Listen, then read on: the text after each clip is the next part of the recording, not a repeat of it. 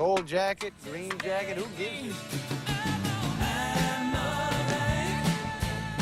Hello, everyone, and welcome back to the Gold Jacket, Green Jacket podcast. We're here for episode number 45. My name is Christian Dragonetti, and I'm joined, as always, by my good friend and Australian PGA professional, Mr. Joel Mitchell. Joel, mate, what's going on?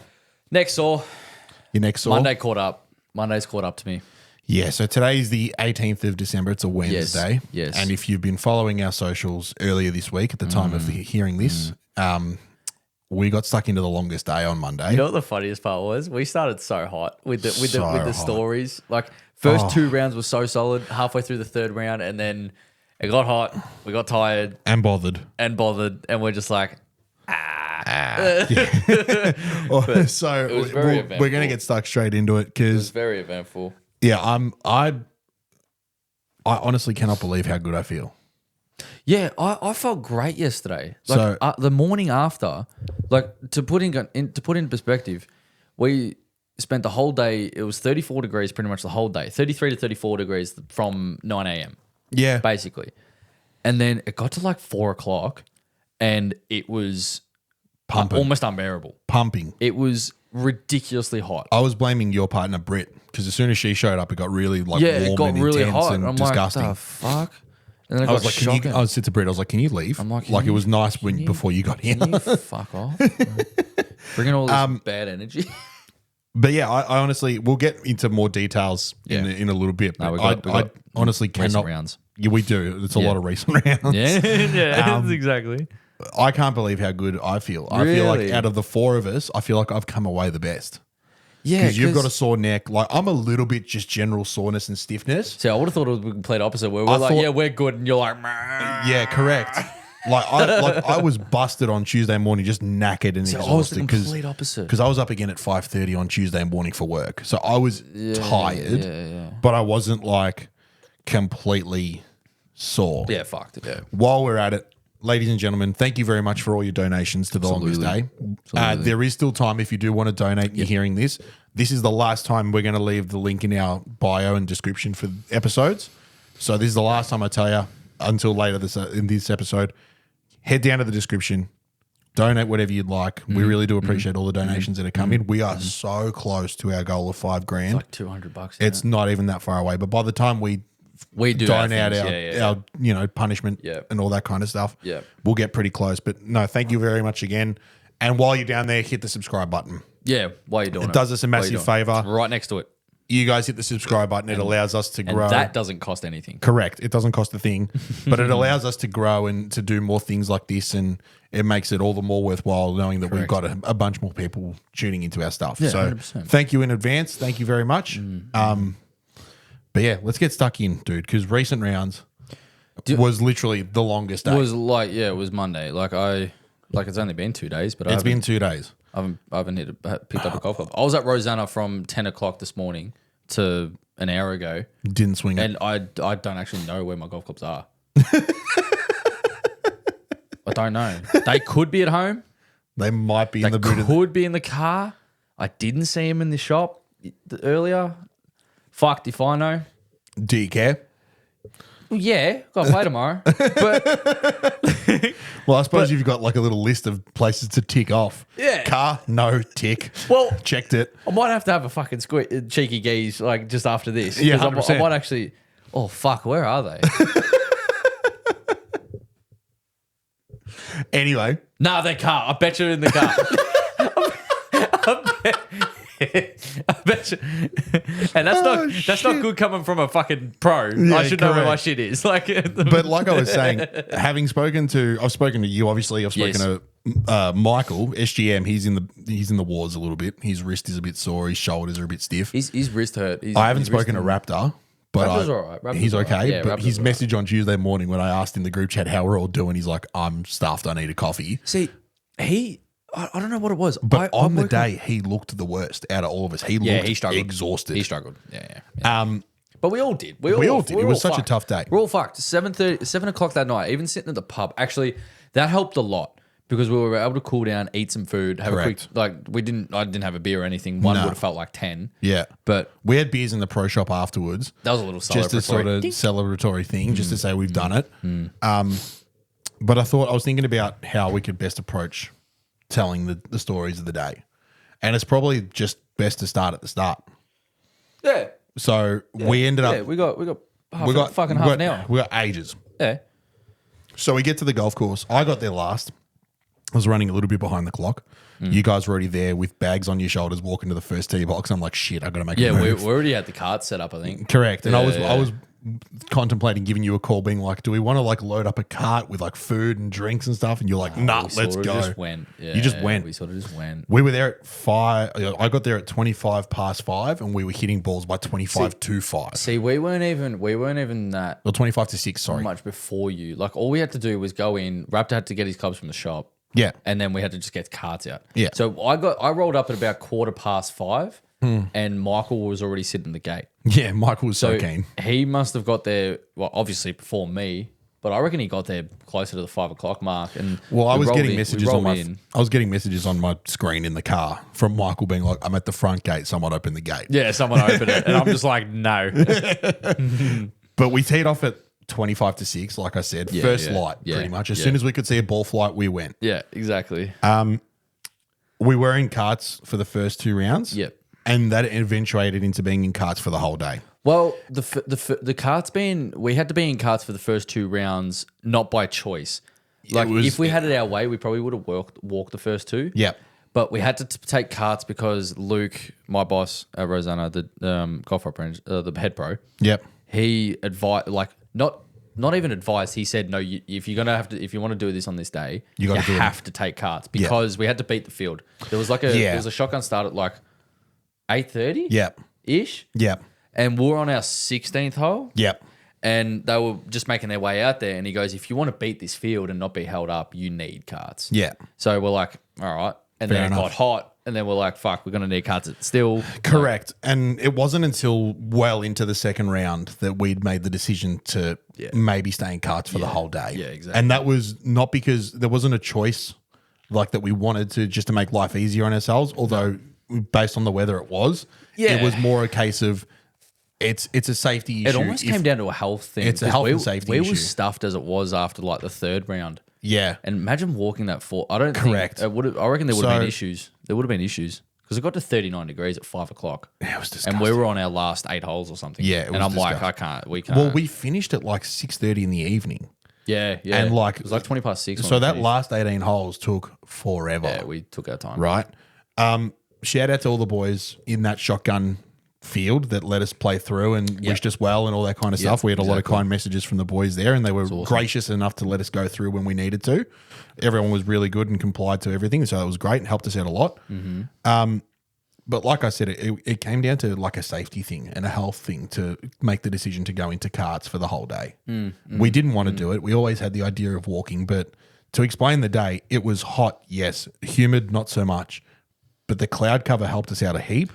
And we got absolutely, to say the least, it was about as good as we could have asked for. Correct.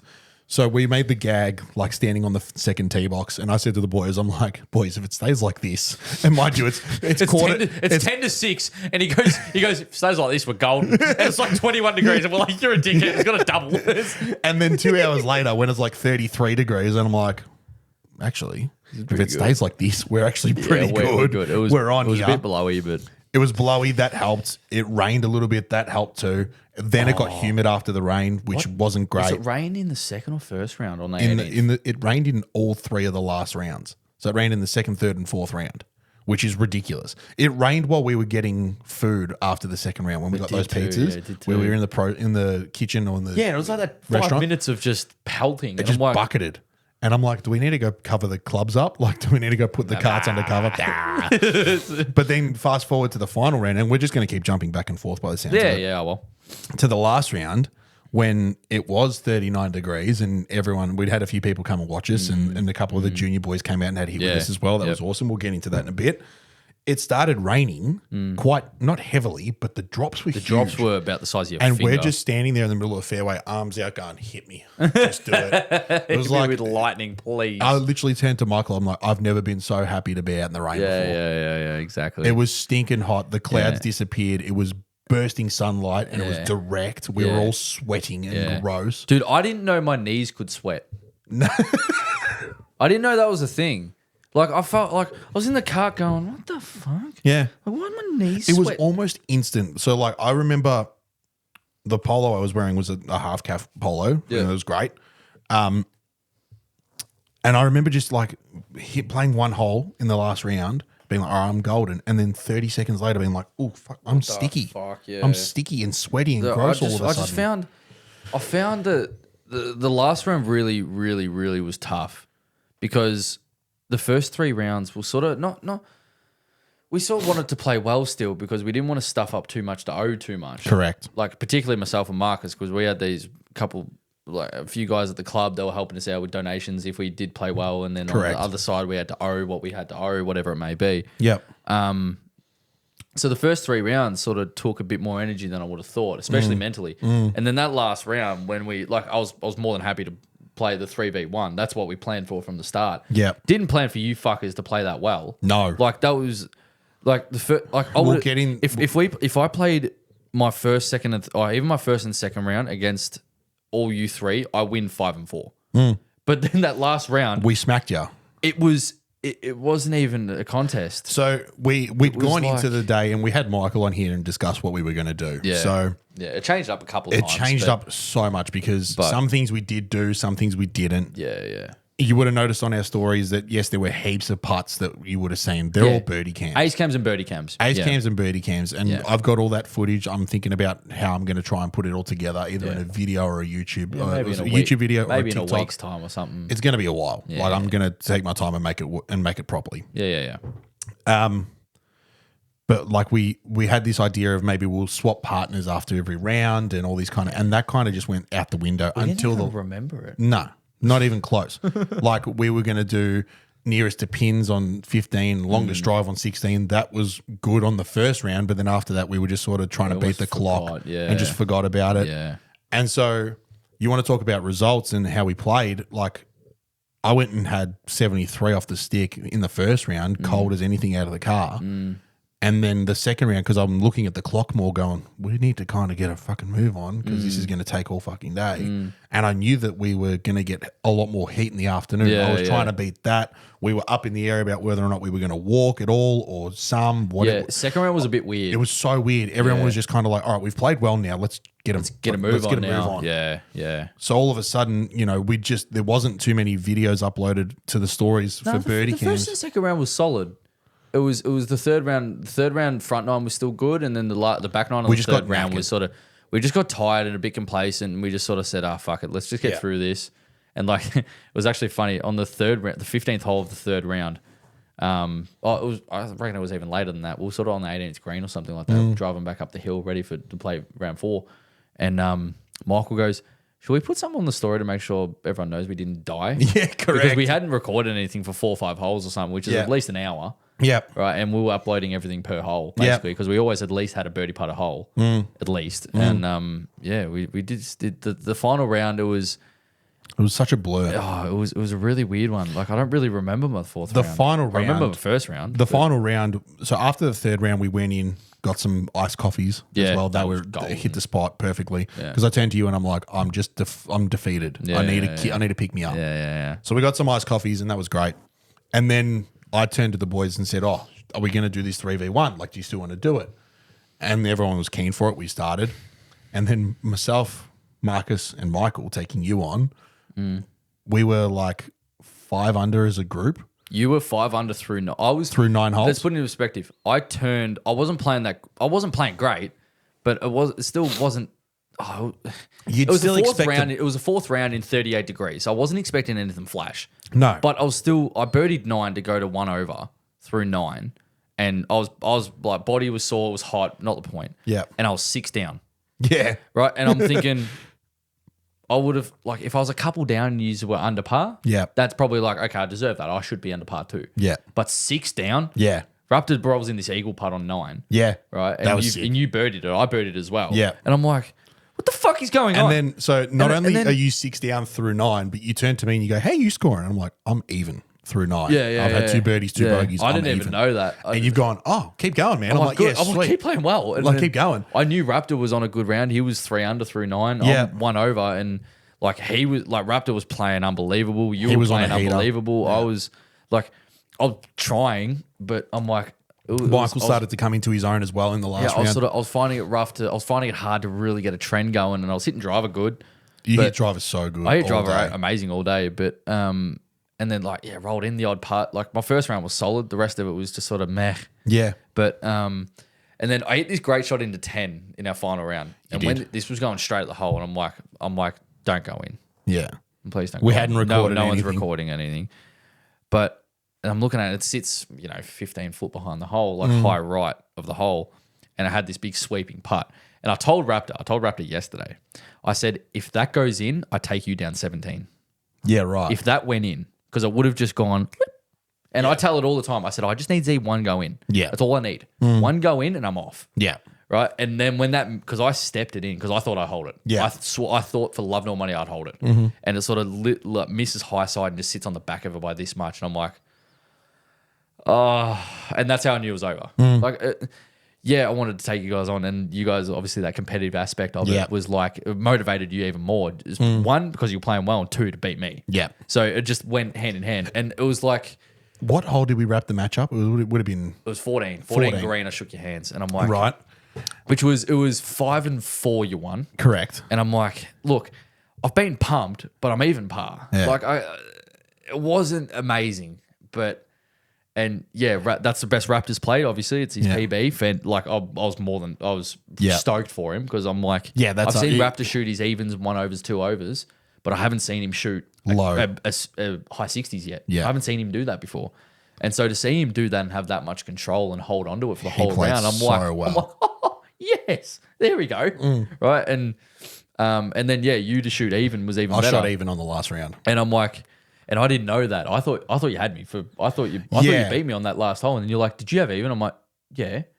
And you're like, same. I'm like, that's fucking sick. Yeah. But I'm like, oh, phew. Like, I said to Michael, I would have heard the end of this. So there's a story, right?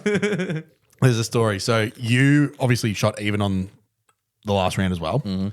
After you shook hands on the 14th green and we went to 15, your partner, Britt, and my fiance, Ali, were there, right? Yeah. And you were a little bit pissy with how the match had gone and you were showing a bit of emotion and Britt's like, oh, don't worry about it, whatever. And I've just gone to him, he's not playing the greatest and he's just been spanked by 3 blokes he should never have been spanked by. No. Right? No. And also, we've been out here all day. He's tired. Oh, right? I busted. I was so tired. And then I was trying to play well too. Like fast forward to 17, we're still after 17, we're still even going down the last hole. And you didn't know this at the time. I didn't know this. I had no idea. I go to Britt and Ali, who are in the car together, just driving around, and I've gone, we're square. And Britt's gone, oh no. Because she knew straight away. She's like, if Drags beats Joel in this round of golf, that's it. Podcast over. It's never going to happen again. Never live it down. And here's how it plays out. I'm going into this because it's fucking still annoying me, right? What? I pump driver down the right-hand side of 18. Par 5 straight up. It goes up to the hill towards the end near the green. Yeah. You hit this roping draw that you've been hitting all day long. And Where'd you were I like, hit it you on were 18? left, you were left fairway and you would have had like a 7-iron in or something. No, I hit it right because I hit 2-iron. I hit it right at the bunker. You hit it right. You hit it right into the Gumby. You hit it right into the Gumby. And I was just right. I tried to hit like so the my hero ball, shot. my ball, no joke, was like inches away from being fairway. Right? I'm trying to inches. remember. I can't You really were in remember. the Gumby further right and further up than I was. I remember I had a good lie. I remember I got given a really good lie because I tried to hit 5-iron from 190. Absolutely. And I almost covered the bunker. Almost. It was almost unbelievable, but I didn't carry it. So I scoped the flag at 200 meters. Yeah. Up the hill, and I'm thinking, right, the lie ain't that great. I'm going to need every bit of this to get it close. So I pulled 3-wood, right? And I had I put the club behind the ball and it was a bit of a spongier lie. And I'm like, okay, so if I can hit down on this enough, I'll get a decent contact. Like you can get the center of gravity under the ball. Correct. It'll pop up for you. Correct. Yeah. And that's exactly what I did. And as soon as I hit it, I'm like, oh, fuck, sit down. Right? And I ended up in that top right corner, like near the... Fuck, I don't even remember this. I don't know why I don't remember this. So I had this like little delicate chip back down to the green, like from top right of the green. So... Oh yeah. Correct, yeah. right? Oh, I remember now. And then I chipped it, and it just trickled on down the slope. Did it go down the slope? Opposite side of the green, correct. So then I two-putted back up the slope to make par. Yeah. What pissed me off the most is I literally grabbed another ball out of the bag from where that 3-wood was hit, grabbed 2-iron and munted this 2-iron and left myself 15 feet. And I was like, fuck. And we had a couple of the junior boys, so Cooper and Noah. And Noah was next to me. And I've just gone, maybe I should have hit 2-iron as the ball's in the air. Right, I've nutted it. And I've gone, maybe I should have hit 2-iron. And then it's just trickled up. Short of the slope, 20 at most 20 feet. Yeah. And I've just looked at him. I'm like, fuck, I should have hit 2-iron. And he just goes, yeah. Anyway. Yeah, all right. I made 5. We finished evens, and I was like, fuck, I had him. Apart from yeah, true, I was just spewing because I knew I had ya. Because I didn't know. I knew I had ya. Because as soon as I saw where your ball was, I'm like, he doesn't make 4 from here. Nah, I hit a great shot too. I hit like this really sort of floppy, like hard shot, short side, right over the bunker. Like I had a prick of a shot, and I've sort of hit it. I'm like, no, I'm happy with that. It's better than leaving it short and getting too cute. And I probably had like 15 for it. Yeah, and I don't know where. I think I left that low. I'm not sure. Yeah, left it low, and yeah, that's when you shook my hand. You're like, did you have even? I'm like, yeah, I think so. You're like, same. I'm like, oh. I'm like, oh fuck! I knew you were playing well, and I knew you played better than your first round. Your first round was still 2 over, but I knew you were playing a bit better. But I still didn't put the dots together, and I knew you weren't under par. No, but I knew anyway. But that's not like. But like, it wasn't really in my head. As soon as the match finished, as soon as the match finished between the 3 of us against you, my thoughts went straight to, I know he's not playing that great. I'm a chance here, right? This is the one time I think ever I'm probably going to beat you off the stick. Yeah, let's have a crack. Yeah, let's give it a go. Who cares if he's already gone 15 rounds with Tyson? Like, I don't care. Like, I'm going to pick at the pieces while I can. Kick me while I'm down. I'm on a heater and I'm going to try and take advantage of it. You're going to try and kick me while I'm down. Correct. But no, some other highlights from the day. My attention. Oh, honestly. Once Raptor missed that eagle putt on 12, because he hit that great shot into 12. Oh, so good. He hit that great shot into 12 and just missed that eagle putt from like 8 feet. It probably wasn't even that. He missed that eagle putt and tapped in for birdie. And I knew the match was over. I knew it was over. I didn't really, I was disinterested after that. I knew you guys were 5 or 6 up. And I'm like, look, you guys were ham and egging so well. One of you birdied, the other one, if one of you didn't play the hole well, one of you would make par at absolute worst. Correct. So I literally would have had to probably shoot 7, 8 under in that last round just to beat you. Yeah. Let alone try and fucking square the match. But we were kind of on one. So you guys were on a heater, which I'm more than happy with. That's like it's shit part happens. of it. Shit happens. Yeah. If I play you in the first and second round, I shake your hands on 15. Correct. 14. Correct. Especially that first round, but. Yeah, the second he birdied 12, my whole attention went to him. Yeah. Went to Raptor going, I want him to shoot 5 or 6 here. Yeah. That's what I wanted him to do. And yeah, he shot 4, which is still amazing. Yep. But then I'm like, all right, if I could just par in and just leave the game alone. I didn't want to crumble. Yeah. But I had no idea.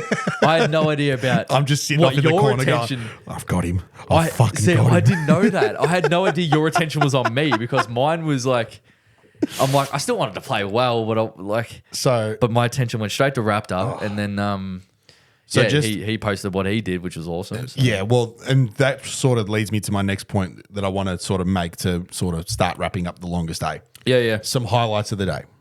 Raptor shoots 4 under in the last, right? We'll go back to the start of the day. Michael and Raptor both put balls out of bounds first shot of the day.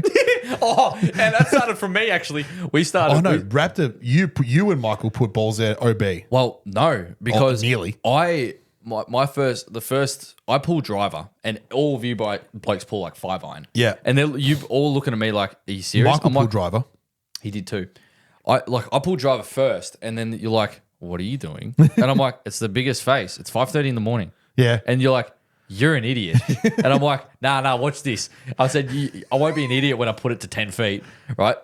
Push cut, right? I'm like, oh, fuck, that's killing a horse, right? And It wasn't that cutty where it starts and then just like travels sideways. It was just sort of fadey, drifting off to the right. So it just had a bit of a tail on it. I'm thinking, that I hit it good. I nutted it. Yeah. And it was the first swing of the day at 5:30 in the morning. And I'm like, I thought it was out of bounds. Yeah. I personally thought it was out of bounds. So I hit another one. Second one was fine. And then, you guys hit irons and blah, blah, blah. And then we get up there and I saw it like top right of the bunker, like back top, like towards the fence. I'm like, we're off to a heater. We're good. Right? End up making 4 or something like that. And I'm like, that's mid. Yeah. But yeah. So Michael starts OP then cuts. He's actually would have killed a cow. Yeah. So he and then you said you got him back. You're like, that's one. Because from PK, that's what Michael said to Drags on the first. He pushed cuts one into the Gumby. Right, and goes, that's one. And you got him back. It was the fucking best. I'm like, oh my God, this is the best start ever. Right? Oh my God. Some more highlights. What'd you have in the first round? I had 65. So 65. I had 6 under. So great start. Yeah, I was happy with that because I like. With a bogey as well. You had a bogey in the first round? Yeah, I bogeyed 7. 7. I think I bogeyed 7 because I birdied 3 and 4. Once I birdied 4, and I'm like, oh boy. Yeah. The second, like if I can snag a birdie through 4 through to 8, if I can snag one there, we're golden. Yeah. Right, and then eagled 9, rolled that putt in on 9, and I'm like this today. We're going fucking scuba. Yeah. Right, and then birdie like 13 or something, and then birdied 17, 18 to finish or some shit like that. Turned 3 and then ended in 3, and I was like, beautiful. That's a great start. It's a solid round. It sort of wasn't anything flash. Yeah, like wasn't anything outstanding. Like the eagle was nice. That's always good to get, but. Other than that, I'm like, that was just a solid round. It's Absolutely. good. If I can keep this going, it's good. And driver stayed the way it was, and just didn't really hole anymore. I just didn't really hole anything else. It was just sort of cruisy. Went 6 under, 1 under, 1 under, even for 8 for the day. So like I'll take, considering the conditions. It got blowy, got really blowy, and then got hotter. Is what it is. What do you do? I'll rattle off a few more. So for me, obviously, your low scores, Raptors' low scores. I had 2 over and even 2 better rounds that I've had in the last sort of 8 to 12 weeks. Yeah. Michael came good towards the end of the day, started really slow, unfortunately for him. Yeah. But there was a lot of positives in that as well. A few others. So my drive on 16 that started right and kept going further right. Oh, my God. I nearly hit it. I hit it to Templestowe. When I tell you this came back, so for anyone that's played 16 at Rosanna, I'll quickly whip this off. 16 at Rosanna is couldn't be straighter. Par 4, it's long. It's like 418 or something from the long. back. Long hole, big green. Don't want to miss it right off the tee shot and the second shot and the 15th shot. Whatever you have, right? Just go left every time. Every shot you hit, if you're going to miss, go left. Anyway. You weren't hitting driver too bad either. I was hitting driver great. You were hitting pretty solid. And there was, so here's the thing, there was a breath of wind in too. And I'm like, right. It was like slightly off the left as well. And I think you got a touch late trying to hit the little draw, and you left the face open. And there's this like wire, there's this pole like for the, like a power pole. For the power poles. It's like this little wooden one. It's just on the OB. And this is, if you're looking down the fairway, this is 30 degrees to your right. So it's like, even if your ball ends on that, it's been OB for 40 meters. Yeah, correct. But this started right of that and cut. Yeah. And the dude, I saw this in the air, and it started like that, and then just kept going sideways. And I'm like, I've never seen a ball that far right before, because you know what the best part was? You hit it, and then it's midair, and you look at me, and you're like.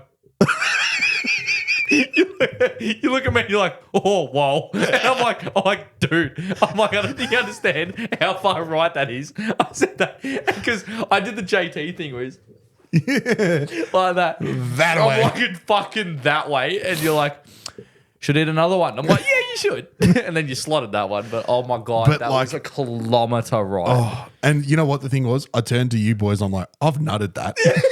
You're like, you showed me the club face going, I got that out of the middle. I'm like, that's not good, dude. Yeah, no, I absolutely nutted it because I'm feeling the wind and I'm like, you know what? Fuck it. I'm playing all right. I'm just going to step on one. Yeah. And I just got the timing all you mixed just got up. it a bit late. And the club face, instead of being like that, was like that. Dude, to put it in perspective, you tried to hit that draw. So the club face was like 4 or 5 degrees into out and the club face was 8 degrees open. It was horrific. So it started so far right and cut. Oh my God. Oh no, I had 2 eagles. Yes. One of them was in the first round. Yes. And the second one was in the third round. Third round. On 13, I hit this like little pushy one. Yeah, the hole out on 13 was sick. I hold out, and you've munched driver up the right hand side, which is safe as houses. It hit the branch and dropped, which I was relieved because if it had kept going, it might have been past the bunker because I smoked it, and then it hit the tree and it was exactly 71 meters, and it was like a bit back into the breeze, and I'm like, wait, I didn't really know what shot to hit. And I wanted to hit 54 and get it sort of coming out a bit cutty and sort of flat and skip up and stop. And I'm like, nah, fuck it. Let's get it dancing. Fuck it. So I tried to hit like a trappy sort of drawy 60 degree from 71 into the breeze. And it comes out and it comes out real flighted and low. And it sort of like spun up and hovered. So I'm like, oh, this is one, it's spin its fucking head off. Yeah. And 2, that's a good sign because it's not coming out all flat and rocket ship. Like the ball speed wasn't that high. No. So I knew this was going the distance. I knew this was sort of going to pitch 75. Pitches pin high, skips up about 2 feet and just like rockets back into the hole. And lucky it wasn't coming back with too much venom, too much speed, and it just hits the center and drops. I'm like, and all I did was, hey! All I did was that. And Raptor's like, oh, what? Did that go in? I'm like, eh. He's like, fuck off. Right? So that goes in. Because me and Michael, again, were on the fairway. And I'm just walking to my ball while Michael's hitting his shot. And I'm looking up and I see this ball fly in. I'm like, oh, yeah, sit down. Right? It pitches, like you said, 5-6 feet past. I'm like, oh, yeah, that's pretty good. And then it just, I'm like, oh. And then it just disappeared. I'm like, oh! So, yeah, that was great. It was a perfect shot. It did exactly what I wanted to do. Skips up, bit of tour sauce, comes back, drops in. I'm like, hey! Anyway, so I'm like, oh, that was good. That sort of picks the round up a little bit. Absolutely. Other than that, the only other highlight I've got is, so we had 2 juniors come out and play with us in the last round, Cooper and Noah. Yeah. Both very loyal listeners of the show. Yes. Both 15, play off about 15 and 20. Yeah, Cooper plays off 14, Noah plays off about 19, and they will be playing off single figures by tomorrow. Yeah, because they both flush it. So we noise the shit out. They came in and had a hit, and we said, "Oh, you guys should have a match against each other, like just to keep it." We fun. didn't organise that till halfway down the first. Correct. And the Raptors like, right, Noah versus Cooper. We're like, oh, right. Done. And Noah went birdie to win it on 16. On 15, he puts it to like 15 feet on 15, which is 160 meter par 3. Big slider, rolls that in. We're like, fucking no worries. And then 16 knocks it from 190 with like 3 wood and knocks it to 4 feet. Knocks 4 5 feet. Yeah, 4 5 feet. And knocks that in, and then just shakes his hand. I'm like, oh boy, I'm like, oh god. And Cooper's looking at me. He's like, yeah. And Cooper's dad was there, and he's like, "What do you do? What do you do with that?" Like, it's like, you just lost to birdie, like tough. Like Cooper was fuming in the next hole. Oh, was he? Noah hits like a snap hook You left. said it as well. Makes triple. Yeah. And Cooper just goes nuts one up the middle, throws it on 2 putts for par. Yeah. And I said to him, it's going to drive you insane because he's going to go like triple double or something or double triple and you're going to go par. Yeah. And he's just absolutely wiped and it's exactly what happened. He's wiped the floor with you for the last 6 holes or 8 holes and he's going to now that it doesn't matter. I said, mate, that's golf, dude. That's golf. And he was a bit deflated. I sort of had to not pick him up, but I'm sort of, mate, don't worry. It's just a game. It's a pre-organized. It's not even a pre-organized match. We just decided that on the first hole. Yeah. I said you played very well. Yeah, he just played better. Yeah, like and he played better for 4 holes.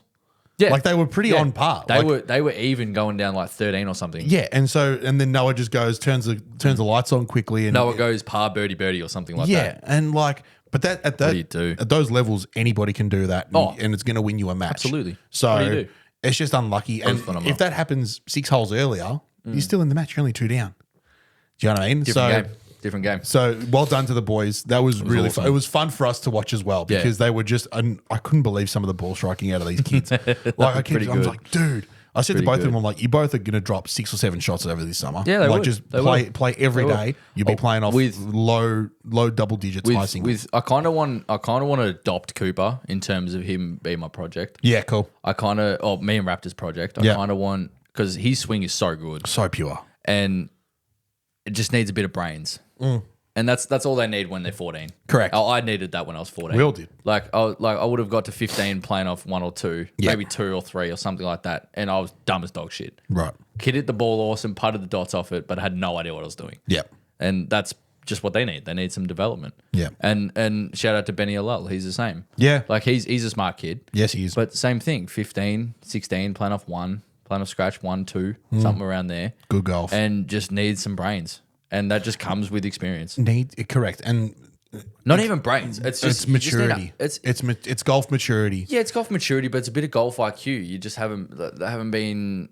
They've seen how good they swing it and how good they hit it, so they stick to that rather than think about what golf actually is. And I haven't figured that out until probably last year, and I was 21 last year. No matter what handicap you play off, whether you go to the driving range once a week or you play 3 times a week, doesn't matter. You're going to hit shots and go, right, well, that's the new norm. Yeah. I'm going to pump one 300 down the guts at the driving range, hit it exactly at the 250 meter sign that I've been aiming for all day, and I've only hit it once, right? And think, I'm going to do that every time now. See, it doesn't matter how good or bad you are at this sport. That's the golf maturity. That's where this sport sucks you in, and that's the golf maturity we're talking about, is understanding, right, well, yes, it can happen, and that's the potential that we've got. However, on an average day, we're not going to produce it. On an average round, we might produce it once. I talked through with Coop a couple of times, and he pulled off the shots many times. Like there was one on 8, it was slightly back into off the right, and he scopes the flag. I scoped the hole, and I said 131, mate, 131. So he pulls out this club like the second he hears the number straight out. I'm like, what do you got? And he goes 99. I'm like, dude, I'd hit 99. I said it's into the wind. It's a 138 meter shot, 140 meter shot maybe. I said, I'll be hitting 99 pretty full. I said, it's into the wind. It's, and he goes, yeah, I hit my 99 like, 130. I said, well, you're not even going to get to the green. I said, it's into a 30K wind. So it's a club wind. Right. And he goes, oh, what do I do then? I said, right, well, what do you hit 140? He goes, 8 iron. I said, hit that. He goes, it'll go too long. I said, it's into the wind, bro. It was a weird thing because it was like me talking to me. You know what I mean? When I was 14, I'd see not defiant, but like also just challenging. Yeah, it was not even that. He wasn't going against what I was saying. He just didn't know yet. And it was the same thing. I thought I hit my 5-iron 140 when I was 14. So every time I scoped 140 or something or had 140, I pull out 5-iron. Just thought that's how far it went. So didn't matter what the fucking course did. Didn't matter what the wind did. I hit my 5-iron 140. Yeah. And I feel like that's the trap that a lot of people fall into. Everyone thinks they hit 7-iron 150. I have to hit my 7-iron pretty fucking good to get a 150. So do I. And then I have to pretty much smoke it to get it to anywhere close to 160. And like 9 times out of 10, it doesn't really. I'll probably hit my 5-iron in between 155 and 158. Yeah. Oh, sorry, 7-iron 158. That's probably about where my 7-iron is. Yep. And there's many club golfers playing off 20 that think they hit their 7-iron 150 and they come up a club and a half short. And it's like, no, you don't. But it's just that golf maturity and golf IQ. Yeah. And so that's why I tried to explain to Coop. And he did develop that later in the day. He sort of goes, oh, so if it's downwind, do I take less? And he's sort of asking that. I'm like, perfect. It was beautiful. Down 12, he had a sort of club less and it actually got there. He's like, oh, I would have usually hit it long or something like that. So he hits this pretty hard 8-iron into 8. And he thought straight away, he goes, I hit my 8-iron 140. I said, you probably don't, because I probably sort of got to hit an 80% 8-iron. And, like we've got very significant differences in games. So I sort of said, I'm like, you got to hit this 8-iron as hard as you can. I said, you got to smoke this. And he does, hits this nice little tight draw and he looks back and he goes, I flushed that. And it goes, pitches 125 and it's like just like middle left of the green. Great shot. Great shot to 20 feet. And I'm like, right. One, you don't hit your 9-iron or 8-iron maybe as far as you think you do. I said, but it's close enough. I said, you got a great idea. You might cater for your absolutely best shot. And I said, but you need to sort of let's factor in a couple more things. Yeah. So it was one, wind, how you hitting it for the day, and he was flushing it for the day. They both were. They were hitting it so good for the day. It's warmer weather in the winter or something like that. They're not going to hit it as far, but whatever it may be. But it was good that he responded to that and actually asked about it, and then learnt like that. 3 holes later, he understood, and it was awesome to see because I'm like, I didn't figure that out for a long time. No, so, and you know what? It's the one thing I've constantly forget to do is understand what that ball's going to do the moment it leaves the club face, and understanding right. Well, like you said, you got 130 into a flag and it's blowing into your face. How hard do you need to hit this or that, or do I need to take more or less, whatever it might be? Yeah, I constantly forget. Yeah, and just go. I'm the same. Oh, 131, sweet, 99. Let's go. Like I asked Michael. Michael actually spun out on this. It was 3rd round playing down 11, and I hit one. I hit like this little spinny thing, and I actually found the fairway. I'm like, oh, beautiful. And I had one. Oh, not even a spinny thing. I actually hit it all right, but it wasn't anything. Anyway, flash. No. I had 132. Yep. Straight into a wind. Straight into, and I hit this shot and it comes out flat and cutty, and it sits like 20 feet behind the hole, 25 feet behind the hole. And he goes, oh, that's a pretty big 8-iron. And I'm like, what do you reckon I hit? And he goes, 8, maybe 7. I'm like, I hit 6-iron, dude. Yeah. And he goes, what the fuck? How far do you hit 6-iron? I'm like, 132. That far. 132. That far. And he's like, dude, don't you hit like 170? And I'm like, yeah, can. So, but it's into a 2-club wind, and I hit a cut. There's like, so many times, and it's just factors. The example I'll give, and we'll move on from this topic completely. Playing up the 8th hole at Heidelberg, par 4, straight up the hill, dog leg, right slightly. Yeah. I'll zap the flag if I find the fairway have like 130 in. I know it's a club uphill, and I know it's often a club into wind if it's that, right? Yeah. Because that's just the way the wind tends to blow majority of the time at Berg. Yeah. But I'm thinking, right, it's 132, which is a 9-iron, plus a club uphill is an 8-iron. I always take 7. Yeah. Because if I don't hit that 8-iron flush, I'm back down. It's back down at my feet, pretty much 130 out. It's going to roll all the way down. So take the extra club, and that way I don't have to hit it the greatest. I can even lay off it a little bit and just hit a nice cruisy one down there, and know I'm probably going to get at the distance. Just make sure it's absolutely it's not necessarily, just because it's a 1-club win doesn't mean you have to hit 1 club more. No, correct. That's actually a great way to put it. Just because you like the biggest thing, unless you're at an extremely high level, like I'm talking into the tour level ranks, like you don't have to. Catering for your absolutely best shot is unrealistic. Completely. Even like I'm not saying even for myself. Like shout out to Mitch Cooper. He says it all the time. Correct. You cannot account for the middle. No, I often enough like I hit the center a lot more often than like with respect than you do. Yep. And most of the guys I play with, I hit the center happily. I hit the center a lot more times than I miss it. But I've hit my 7-iron 165 once. But I'm not scoping the hole going 166. I can get 7-iron there. I fucking can't. No. I can maybe downwind. Yeah. Maybe. And if it's blowing and, things are in your favor, if the greens are firmer, you might be able to chase one up to 165. If it's a warm day, I might hit a trap draw and I can get it there. Yeah. But generally, if it's a 20-degree day, I might hit a fade with a 6-iron. But anyway. The last thing I'm going to say about this, for all juniors, for any golfer, right? Go through your process of elimination. How far do I have? What club do I need to hit? What are the conditions? How am I hitting it? And the last thing you need to ask yourself is, what, after all that information that I've just pulled from just what I've got in front of me and the shot and the lie and everything, what do I feel most comfortable hitting? Yeah, correct. So the data and the information you've pulled might tell you, hit 8-iron as hard as you can. But what do you feel more comfortable hitting? Do you feel like laying off a 6-iron and just cruising one out there because you've been cruising them all day and you know that it's flying a little bit shorter, whatever it might be? What do you feel most comfortable hitting? It's like getting new shoes. Go with your freaking gut. It's like getting new shoes. You look at those shoes and go, they look sick, but they're uncomfortable. Yeah. It's like, all right, well, I could either munch this shot and it flies up and it looks fucking mint, but it caters for your best shot. Well, it's not going to be real that comfy because you're only going to pull it off 1 out of 10 times. It's a results-based game. Correct. What gets you the best result? Absolutely. Right. Best scores. Last thing on the longest day. Thank you very much to everyone who came out and supported us for the day. Ollie, Georgia, Dave McCulley came out and watched us for a little while. He did. Noah was out there for the majority of the day, which was awesome. Georgia's out there playing whatever music she was. Yeah, which I didn't mind at all. I kind of liked it. It was awesome. Good vibes. But Coops as well. And then shout outs to our partners as well for coming out. Yes. We had a lot of support, actually. A lot of support. Happy birthday as well to my fiance. She's not going to listen, so she doesn't care. When you're listening to this, I'm going to annoy the shit out of her later. Absolutely. And thank you as well from myself and Michael to you and Marcus, Luke, and Rosanna Golf Club for having us for the day. Thanks to the club for having us all do the longest day there. Yep. It was really good. We felt more than welcome, as we always do when we come out there. It's a real privilege to be there. It was a great day. Thank you to everyone finally who donated. There is still time. Links down there if you want to donate again.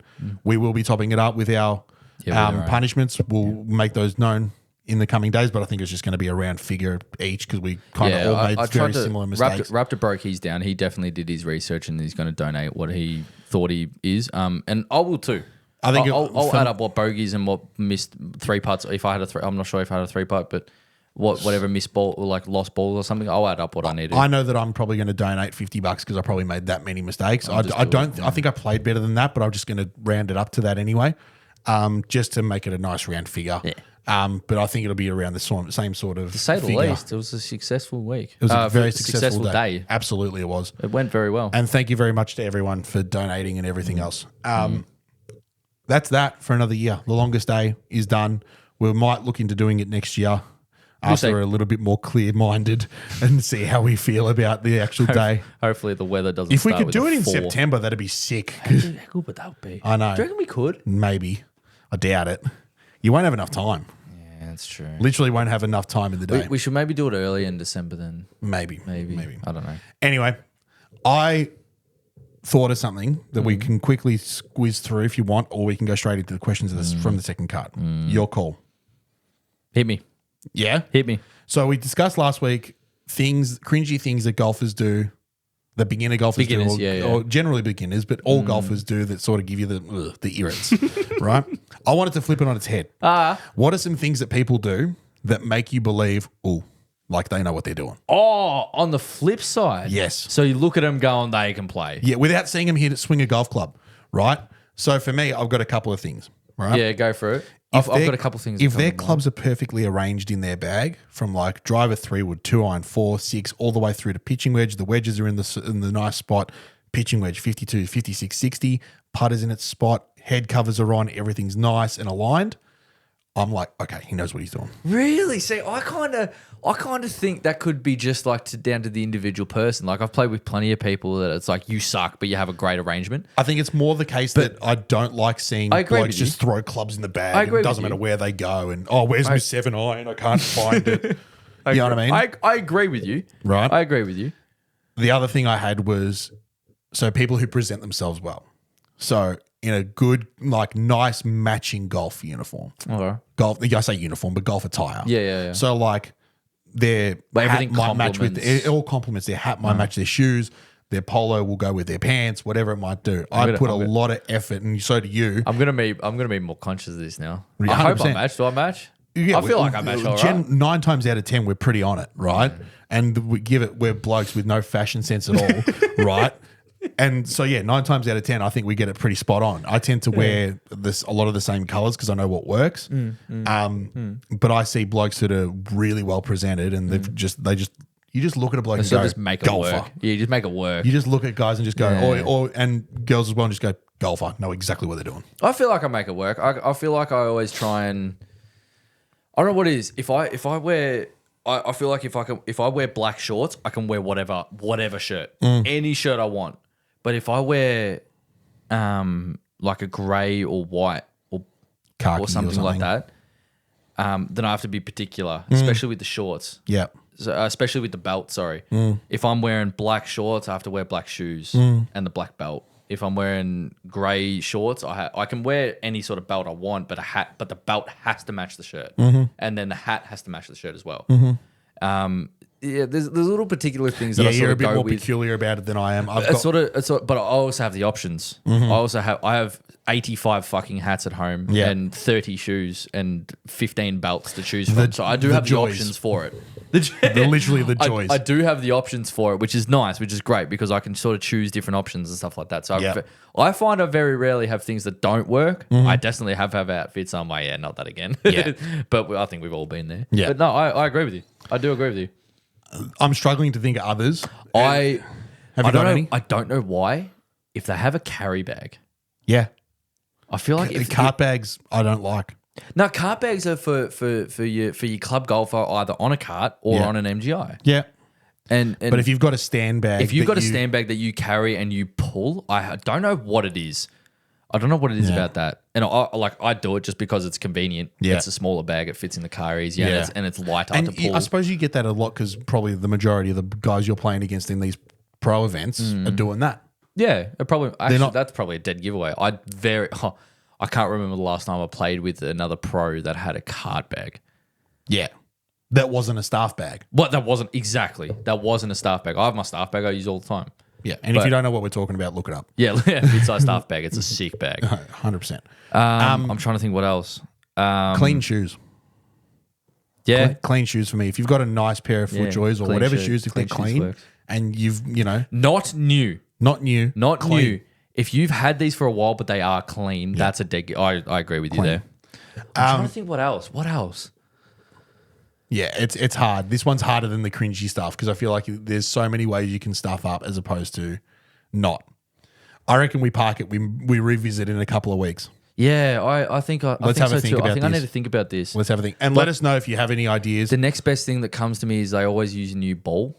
Yeah. Like Fresh I feel pill. like I always use a new ball per round. Yep. Practice rounds but always new ball per round. Here's another or one. per 9 holes, whatever you want to do. Provisionals that are the same as the ball that they're playing. So if you play with a bloke and he's using Pro V1s, but then he goes, I'm going to hit a provisional, whips out a Bridgestone. Yeah, Do you know what I mean? The bloke who isn't afraid to lose another Pro V1 as his provisional. You know what? Do you know what I mean? I got to shout someone out for this. The best one for this is Dave McCulley. Okay. He's the best for this. I love Dave. He's such a good bloke. He will start the round. If we're starting on 10, he pulls out a fucking Warbird. Yeah, right. Or like a Tour Soft. Just a river something pebble. where if it goes in, it's as if it never had it. As if he never had it. Yeah. But like he might we might start on 10. He'll use the something, whatever it is, pull a Pro V out on 11, play with that. And then if he loses it, he'll then play with the Tour Soft so he doesn't use another Pro V and then shoot the lights out. I've played with him before. So it's all about economics. Something. It's all about the economics. I've played with him before where we start on 10 and he starts using a Tour Soft that's been used and he has like 39 points with it. Yeah. Hasn't lost it. And he goes, fuck, why can't I do that with a fucking Pro V? Like, it's I don't know what it was. Dave, that's some of the funniest shit I've ever seen when he's done that before. I've got a bloke similar who used to play with us quite a fair bit. His name's Miron. Like loyal True Feel player. Yeah. Like just loves the True Feels. Don't know what it is about him. Just he loves them and he always reckons he plays better. He'll pull out a Pro V1 that he's found in the bushes, like as a provisional, and he'll go and like wipe 3 holes in a row with his Pro V1, and then go back to the True Feels and have like birdie par. Like he's just like they spin too much. I don't know what it is. Anyway, that's weird. All right, let's move on. Let us know if you've got any other ideas. Let's revisit that. That feels right. I like that. Let's do questions from the second cut. Then I want to get into some admin for the Christmas period. Oh, yeah, of course. Yeah, we'll let everybody know what's going on. Hit me with your question because I'm hopeless. I still haven't thought of mine. I tried to think of one in the car. I used... Mine's so simple. Would you rather play a round of golf in a 39-degree, middle of summer, hot as anything day, or 1 degree out, middle of winter, first thing in the morning? See... Layers. 39. I'm a summer baby. Yep. I'm born on the 5th of Jan. Yep. But it doesn't really mean anything. No. But I've always preferred hotter than colder. Correct. I feel like being cold hurts. Yep. Putting on layers, I feel restricted. Yep. My girlfriend, Britt, she knows for a full fact that the second I get home, it's just... Yeah. I'm straight off. I'm the same. Get this shit off me. Yep. Like, I feel restricted. I run hot. It's an easier question for me. I feel like it would be difficult for some because both are so extreme. Mm-hmm. I don't mind cold days if I'm not playing golf. I don't even mind playing golf in the cold. No, see, I don't mind. Not 1 degree. I don't mind winter. Yeah. I actually don't mind at all waking up on a winter's morning and it's 4 degrees and it stays 7 degrees for the whole day. Beanie. And I'm a bit rugged up and I'm good and I go out and I might go the fucking shops or something, or might stay in. Yeah, okay. I don't mind that. I'm running up, I'm warm, golf. But I'm not playing. If I have to play, I'm like, fuck this. Yeah. Like instantly angry. If you've listened to this podcast for a long time, there's a plethora of episodes from earlier this year where we just complained about winter. We did too, didn't we? We did too. It was like at the start of August. I'm like, I'm fucking sick of this. So head back and have a listen. Do you have one or not? No, I don't at the second. I'm just trying to think of one. If you want to ramble for a minute about whatever thing's in your head at the moment. Have a think. I just need a second. While you're having to think about a question from the second cut, I'm going to let everybody know that admin, yeah, go for it. Throughout the Christmas period, we will not be stopping. We will be recording episodes all throughout, every Friday as they've been appearing all throughout the year. There's no real reason or whatever for us to stop. Looking forward into next year, we're obviously going to be continuing as well. We're fast approaching 12 months of the podcast as well, so we're looking forward to celebrating that in a certain way. We're starting to come up with some ideas. And we do have a lot of things planned for next year as well. So a couple of collaborations, a few people we want to get on. I've got. And yeah, so bear with us throughout the Christmas period. You're going to have your episodes every week like it always has been. And yeah, we look forward to speaking to all of you throughout the Christmas period and the new year as well. And you'll have an episode to listen to just after Christmas too. Absolutely. I do have one. Go. I actually did see this on Instagram, so it's not coming off the top of the dome. And it's a very simple one. Okay. It relates to something, not even relates, but it's similar to a question we asked a few weeks ago. Yep. And I was actually thinking about it, and I came up with my own answer for it. It's very simple, like yours, very simple. Would you rather start with a bogey the first hole and have 17 straight pars, or have 17 straight pars and end with a bogey? Start. The score stays the same. You're shooting one over. The score is the short score. Or even, let's go with this. I'm going to change it up a bit. Would you rather go bogey, first 3 holes, and then par in, or par everything until 15, and you're like, oh, good, I'm going to have a good round, or whatever it is, and finish bogey. No, so I would... So you're still shooting 3 over. You shoot 3 over regardless. 3 over for anyone playing off 20 going, oh, I'd love to shoot 3 over. Disregard that. You're having 33 points. Disregard that. You're having 33 points. Correct. You're at the skill. You're at the level where you're going to have 33 points shooting 3 over. What would you rather start or end with? I would rather start with 3 bogeys. Why? I feel like if you start on a negative, parring out from 3 bogeys in a row would feel like a bit more positive. You can just go, all right, I'll turn that around and I actually played pretty well. Whereas I feel like if you get too far ahead of yourself, having parred out, you're probably thinking, well, I could chase birdies here, maybe shoot 3 under, right? But then you end up disappointing yourself going bogey. I kind of see it, yeah. I'm thinking about more how I go home. I understand that. Because once I start a round of golf, I'm there. I'm not leaving. You do judge your day based off how you leave. Correct. Yeah. I want to leave with the positivity in my mind of, all right, well, today was a success and I played well, so I'm happy. Rather than going, I gassed it. Yeah, correct. And I feel like I'd be more likely to say I gassed it if I had 15 straight pars and then bogeyed the last 3 to shoot 3 over. It'd still be a good round based on my level, and I'd be happy that I had whatever it was. But I'd be like, it could have been so much more. Whereas you have 3 bogeys to start and you go, all right, it's only up from here. Yeah, okay. No, I'll take that. I kind of thought of that answer as well. Like, I'm thinking if I start slow and then end well, it's like, okay, it's a success rather than going, like I've had many rounds, both on the flip side, had many rounds where I'm standing on the 15th tee and I'm sitting 5-6 under or something like that and finish 2 or 3 and I'm like, fuck me. And they go, oh, you shot 3 under, well done. I'm like, no.